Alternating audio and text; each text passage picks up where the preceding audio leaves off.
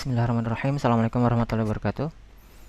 Kita lanjutkan materi kita, yakni sekarang kita bahas mengenai penyelesaian diferensial orde 1 dengan menggunakan substitusi Y sama dengan V kali X. Ini berlaku jika ada syaratnya ya, yaitu persamaannya homogen, yakni semua suku X dan Y berderajat sama. Kalau kita ingat pelajaran sebelumnya ya, bahwa ada 5 cara ya menyelesaikan differential equation orde 1. Kita sudah belajar tentang integrasi langsung. Kemudian jika memang ada variabel y di kanan yang menyebabkan tidak bisanya dengan menggunakan metode integrasi langsung, maka kita pakai integrasi dengan menggunakan pemisahan variabel nomor 2. Namun jika tidak bisa juga, ada kasus seperti itu, maka kita bisa menggunakan cara yang berikutnya, yakni persamaan dengan menggunakan substitusi Y sama dengan V kali X dengan syarat persamaannya adalah persamaan homogen. Nah, ini memang dilaksanakan jika tidak dapat diselesaikan dengan cara yang nomor 2. Oke, kita mulai saja. Kita ambil cara ini, yaitu dengan menggunakan substitusi Y sama dengan V kali X, dan dengan sebagai konsekuensinya maka turunan Y terhadap X adalah V ditambah X kali dV per dx. Ini turunan biasa ya. Turunan UV itu kan berarti turunan U dikali V ditambah U dikali turunan V ya, seperti itu ya. Kita ambil contoh kasus, misalnya contoh ya, d per dx sama dengan x kuadrat ditambah y kuadrat dibagi xy. Nah, kasus seperti ini tidak bisa menggunakan pemisahan variabel ya, karena kan bercampur ini x sama y nya di sini ya. Tidak bisa y di kiri semua, x kanan semua. Maka kita dapat menggunakan substitusi itu ya. Nah, jadi kita sudah tahu Y sama dengan V kali X, kemudian D per dx sama dengan V kali X dV per dx. Nah, kemudian persamaan ini kita ubah ya. Jadi kita masukkan Y sama dengan V kali X. Jadi ruas kanan ini kita tuliskan kembali, ruas kanan ini kan kalau kita ganti Y sama dengan V kali X, maka akan menjadi X kuadrat tambah, nah ini kita ganti ya, ini Vx ya, seperti itu kan ya, dibagi X akan seperti itu ya, Y nya diganti Vx. Nah, kemudian kita jabarkan lagi sama dengan X kuadrat ditambah V kuadrat X kuadrat ya dibagi V X kuadrat. Oke, ini sama dengan, kita sederhanakan atau di sebelah kanan aja ya, sama dengan ini kalau masing-masing ruas atas dibagi 1 per X kuadrat, ruas bawah juga sama, ini masing-masing dikali 1 per X kuadrat, ini juga 1 per X kuadrat, maka akan menjadi 1 ya kan, di sini jadi 1 ditambah V kuadrat dibagi V ya kan, karena ruas atas dibagi dengan X kuadrat, ruas bawah juga dibagi dengan X kuadrat, pembilang dibagi sekian, penyebut bagi sekian. Nah, kemudian kita tulis kembali persamaan yang ini, D per dx kan sudah dapat ini ya, D per dx ya, maka kita dapat tulisan kembali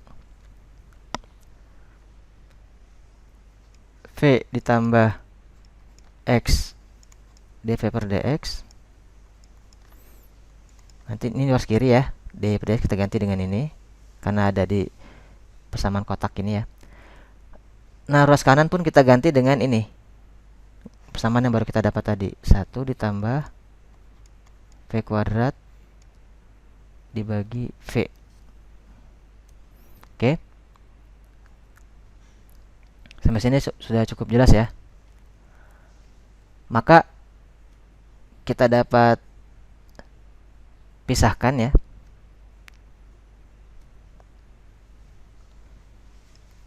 X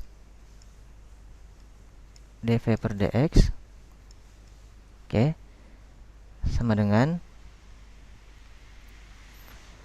1 ditambah v kuadrat bagi v ya. Nah, v yang sebelah sini pindah ke kanan, berarti dikurang v. Oke. Nah, kemudian kita selesaikan yang ruas kanan ya, yakni sama dengan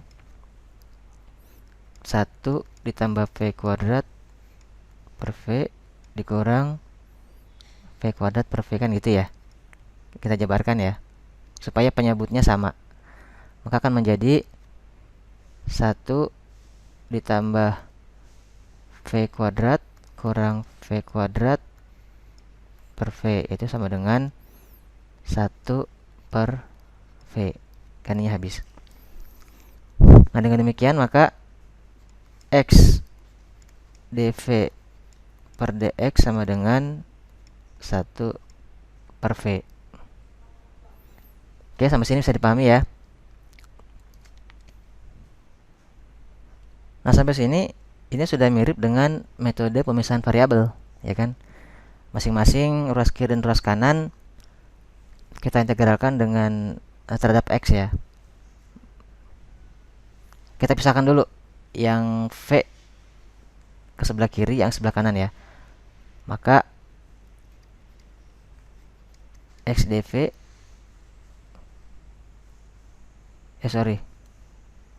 kebalik ya. Yang v kita geser ke kiri, yang x kita geser ke kanan. Maka ini v kita geser ke kiri, maka menjadi v dv sama dengan ini x dx kita geser ke sebelah kanan, maka menjadi 1 per x dx. Oke, bisa pahami ya. Ini kan dx ke kanan, kemudian x juga ke kanan menjadi 1 per, ya kan? 1 per x dx.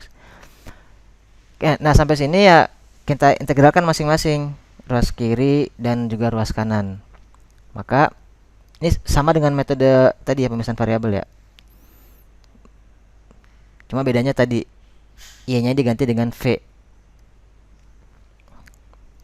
dengan vx ya. Kemudian kita integralkan, itu v dv sama dengan integral 1 per x dx. Maka v kuadrat per 2, kan integral v kan v kuadrat per 2 ya, setengah v kuadrat ya. Ini sama dengan integral 1 per x kan ln x ya, ln x. Nah, sisanya tambah c, karena ini integral tak tentu ya. Sebetulnya di sini ada C1, di sana ada C2 ya, sama dengan C lah ya anggapnya ya, karena C itu bilangan yang ya konstanta ya. Kita akan bisa dapat C kalau ada nilai-nilai awal. Nah, cuma ini belum selesai. Karena kenapa? Karena ini masih dalam bentuk V ya. Kita kan tadi di atas sudah sampaikan Y sama dengan V kali X, ya kan? Nah, karena itu kita ganti, karena Y sama dengan Vx, maka ya V sama dengan Y per X kan gampang. Nah, kita ganti saja V menjadi Y per X, berarti Y per X kuadrat, karena V kuadrat nih, dibagi 2 sama dengan ln X ditambah C. Oke. Maka Y pangkat 2, ini setengah ya, setengah Y pangkat 2 per X pangkat 2 sama dengan ln X tambah C. Kemudian ya kita sebenarnya ini sudah selesai ya, sebab persamaan diferensialnya kan sudah tidak ada lagi, sudah dalam bentuk Y dan X. Tapi kalau mau kita sederhanakan lebih lanjut, ya boleh juga menjadi Y kuadrat sama dengan, ini yang duanya ke kanan semua ya, 2X kuadrat ln X tambah C. Maka ini hasilnya ya. Nah, kira-kira seperti itu caranya.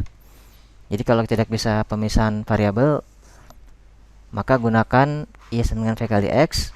Ya sebetulnya intinya caranya sama dengan pemisahan variabel, cuma menjadi V sekarang. Kita pisahkan kiri dan kanan. Setelah selesai, maka ganti kembali V sama dengan Y per X. Kita kembalikan ke Y kembali.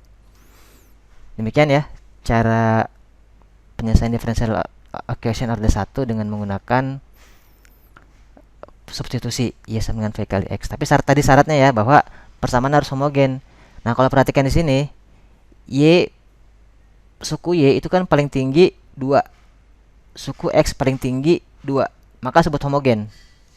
Karena derajatnya sama-sama kuadrat, sama-sama pangkat 2. Ini ya, perhatikan ya. Pangkat 2, ini juga pangkat 2. Ya.